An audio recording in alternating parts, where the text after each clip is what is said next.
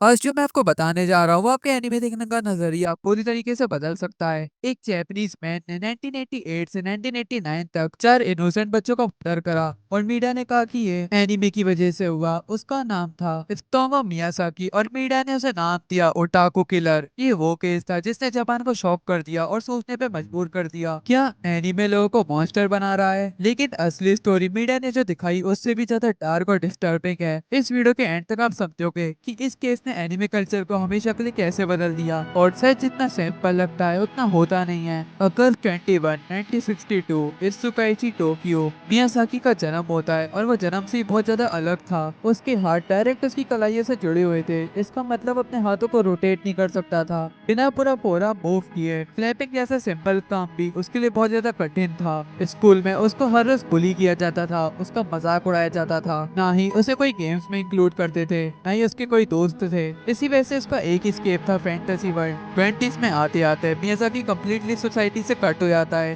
ना ही उसके कोई रिलेशनशिप था, ना ही उसकी फैमिली से भी अच्छी बॉन्डिंग थी। उसका रूम पूरा हॉरर का म्यूजियम था। 5800 से ज्यादा video tapes, horror movies, violent content, anime थे नॉर्मल लोग देखने से भी डरते थे। उसकी फैमिली कहती थी वो 12 से 16 घंटे डेली वीडियोस देखा करता था, मांगास एंड ऑल, कुछ भी जो उसे रियलिटी से दूर ले जाए। लेकिन 1988 में उसकी फैंटेसी रियल लाइफ में टर्न हो गई और वो भी सबसे हॉरिफिक तरीके से। 22 अगस्त 1988 4 साल की मारी कोनो अपने घर से बाहर खेल रही थी जब उसके पास एक कार रुकती है। मियाजाकी विक्टिम्स ढूंढते हुए घूम रहा था। उसने मारी को देखा, उसे उसने अपनी तरफ बुलाया, टॉयज दिखाने का बहाना दिया उसने उसे एक जंगल के एरिया माउंट तकाओ के पास ले गया। आगे जो हुआ मैं उसे डिटेल्स में भी नहीं बता सकता आपको। लेकिन मारी वापस घर नहीं आई। और के बाद मियाजाकी ने कुछ ऐसा करा जो आपको बहुत ज्यादा शॉक कर देगा। उसने उसकी फोटोज लिए और उसके बॉडी पार्ट्स को ट्रॉफी की तरह रखा। 5 महीने बीत जाते हैं, वो दोबारा उस जगह पे वापस जाता है। उसने उसकी बॉडी के रिमेन्स को जलाया और जो उसकी बॉडी की राख और हड्डियां थी उन्हें उसने कलेक्ट करके मारी के पेरेंट्स को पोस्ट कर दिया। उस पैकेट में मारी के दांत, कपड़ों की फोटोज और एक पोस्ट कार्ड था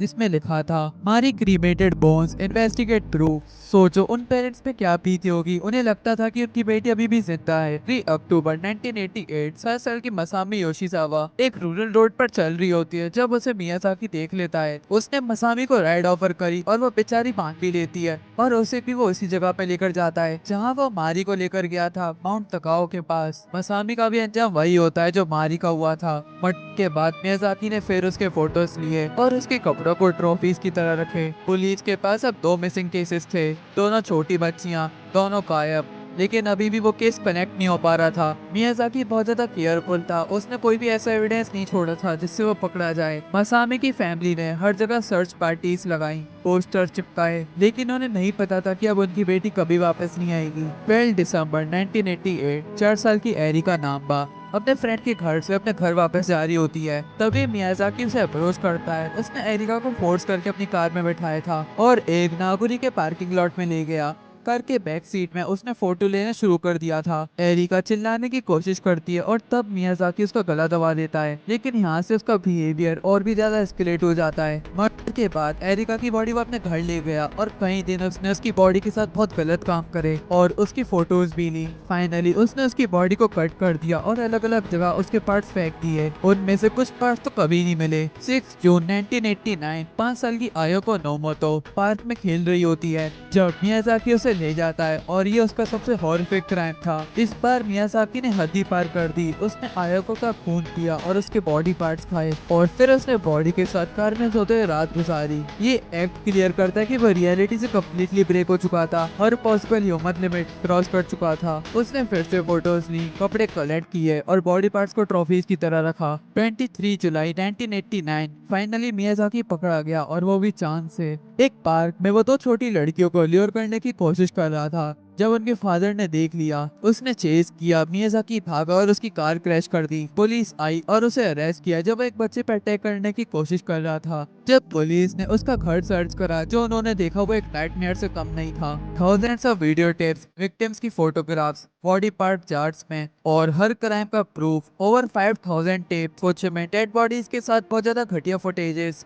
किसी में दांत, किसी में बोन्स, किसी में कपड़े, सब मिला वहाँ पे। इन्वेस्टिगेशन ने सब कुछ सामने ला दिया। मियाजाकी ने अपने क्राइम्स का रिकॉर्ड रखा था। उसने फेक नेम्स यूज करके फेक फैमिलीज को लेटर भेजे। एक नाम था यूको इमादा, जो उसके फेवरेट कैरेक्टर का नाम था। एक लेटर में लिखा था, the other day it seems the mother came very close to the place where remains were hidden. She was 10 meters away। और जब मीडिया ने उसका एनिमे कलेक्शन देखा तो बस ओटाकू किलर हेडलाइंस हर जगह छप गई। हॉरर फिल्म्स, वायलेंट एनिमे, मांगा विद यंग गर्ल्स। मीडिया ने सारा ब्लेम एनिमे पे डालना शुरू कर दिया। उन्हें लगने लगा कि एनिमे ही किलर्स बनाता है। ट्रायल के टाइम मियाजाकी ने कोई रिमार्क्स नहीं दिखाया। उसने बोला कि ये सब रेड पैन ने उससे करवाया। लेकिन 3 साइकेट्रिक टीम ने बोला कि वो मेंटली कॉम्पिटेंट है। कोर्ट में उसने कहा, मुझे लगता है मैं अकेला हूँ। जब मैं एक छोटी लड़की को अकेला खेलता देखता, मुझे लगता कि मैं खुद को देख रहा हूँ। उसे 14 अप्रैल 1997 को डेथ सेंटेंस दे दिया गया। 17 जून 2008 19 ईयर्स सेत्रो पर रहने के बाद मियाजाकी को लटका दिया जाता है 45 साल की एज में। फैमिलीज को थोड़ा क्लोजर मिला, लेकिन दर्द हमेशा के लिए रह गया।